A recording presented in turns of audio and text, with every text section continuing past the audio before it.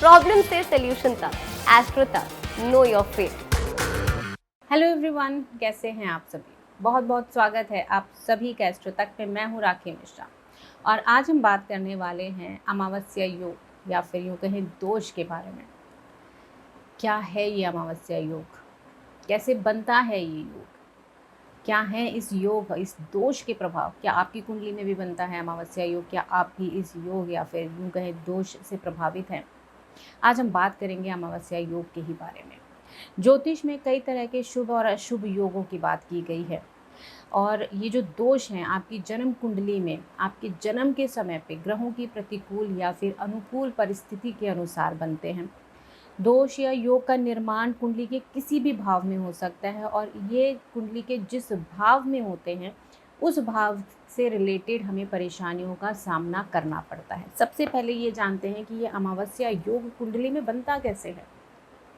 जब भी सूर्य और चंद्रमा किसी भी भाव में एक साथ होते हैं तो इस अमावस्या दोष का निर्माण होता है और सूर्य की एनर्जी के कारण, सूर्य की ऊर्जा के कारण चंद्रमा अपना बल खो देता है। जहाँ सूर्य आत्मा का कारक ग्रह है वहीं चंद्रमा मन के लिए कारक ग्रह माना गया है। आपकी माता के लिए ये कारक ग्रह माना गया है। हमारी भावनाओं के लिए, हमारे भावों के लिए, यानी हमारे मन, हमारी सोच के लिए ये कारक ग्रह माना गया है। अगर यही दूषित है, यही कमज़ोर है, चंद्रमा ने अपना बल खो दिया है, तो जो हमारी मनोस्थिति होती है वो हमेशा ही हम कहीं ना कहीं अलग अलग विचारों में फंसे रहते हैं। हमारी दुखी हो जाते हैं, छोटी छोटी बातों से डिप्रेस होने लगते हैं। ऐसे लगता है ज़िंदगी में हमने बहुत कुछ हार दिया, बहुत कुछ खो दिया। कहा यही जाता है कि मन के हारे हार है और मन के जीते जीत। जहाँ चंद्रमा सूर्य की एनर्जी के कारण, सूर्य की ऊर्जा के कारण अपना बल खो देता है, वहीं हम भी अपनी मनोस्थिति से बहुत कमज़ोर पाए जाते हैं। तो ऐसे में आप क्या कर सकते हैं या फिर इन ग्रह का, इस योग का क्या प्रभाव है हमारी कुंडली में। तो अलग अलग भावों के अनुसार इस पर अलग अलग प्रभाव देखे गए हैं।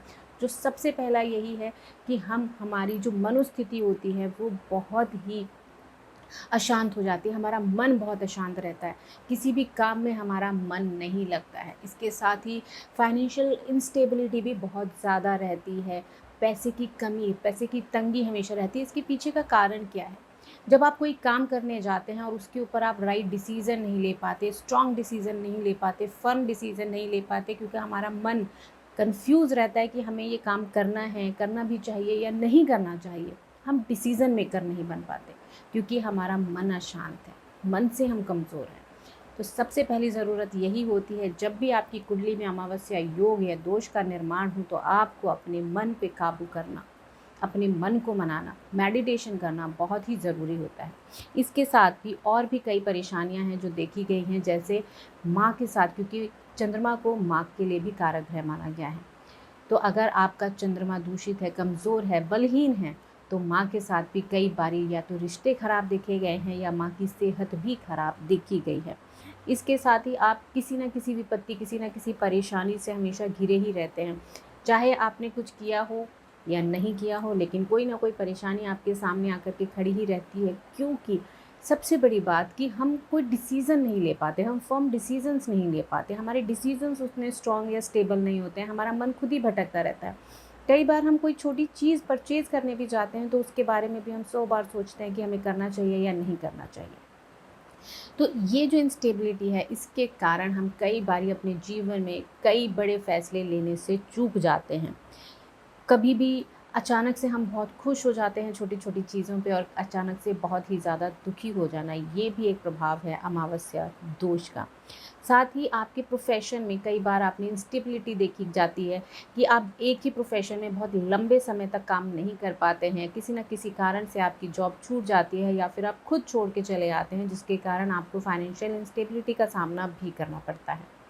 तो अब इस दोष के प्रभाव को कम किया कैसे जाए, तो इसके लिए बहुत ही ज़रूरी है कि आपको अपने चंद्रमा को मजबूत करना है। और भी बहुत सी ऐसी चीज़ें हैं जो आप कर सकते हैं, आप अपना के देख सकते हैं। तो इसमें सबसे महत्वपूर्ण है कि अमावस्या के दिन आपको तर्पण ज़रूर करना चाहिए अपने पितरों के निमित्त, क्योंकि अमावस्या एक बहुत ही महत्वपूर्ण दिन होता है अपने पितरों के आशीर्वाद को प्राप्त करने के लिए। तो इस दिन, अमावस्या के दिन, क्योंकि उस दिन चंद्रमा का जो बल होता है बलहीन होता है, चंद्रमा बहुत ही कमज़ोर होता है, तो इस समय आपको अमावस्या के दिन अपने पितरों के निमित्त तर्पण ज़रूर करना चाहिए, उनका आशीर्वाद ज़रूर लेना चाहिए। इसके साथ ही आप जब भी आपके लिए पॉसिबल हो, आपके घर में अगर बड़े बुज़ुर्ग हैं तो उनका आशीर्वाद लेकर के ही हमेशा घर से बाहर निकले।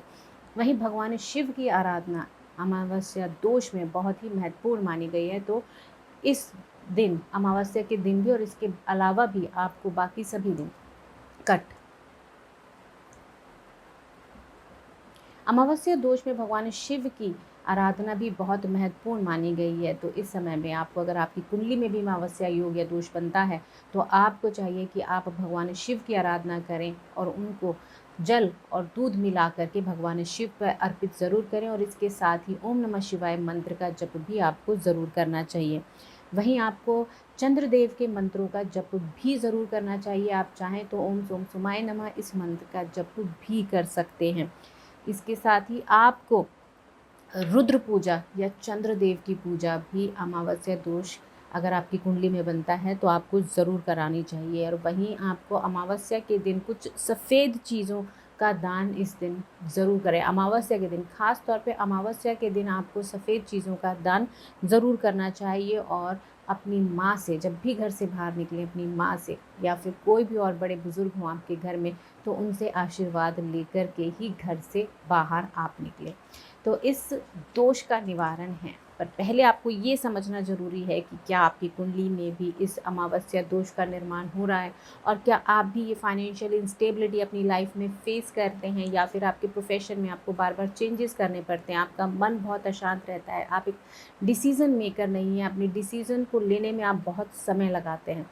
तो आपको चाहिए कि आप चेक करें, अगर आपकी कुंडली में भी सूर्य और चंद्रमा एक ही भाव में बैठे हुए हैं तो आपकी कुंडली में भी बनता है अमावस्या दोष। तो इस दोष को दूर करने के लिए इन उपायों को अपना करके ज़रूर देखिएगा। Thank you so much. आप सभी का दिन शुभ हो। एस्ट्रो तक ऐप पर आपको मिलेगा भविष्य से जुड़े हर सवाल का जवाब। डाउनलोड कीजिए एस्ट्रो तक ऐप और चुटकी में जुड़िए इंडिया के बेस्ट एस्ट्रोलॉजर से।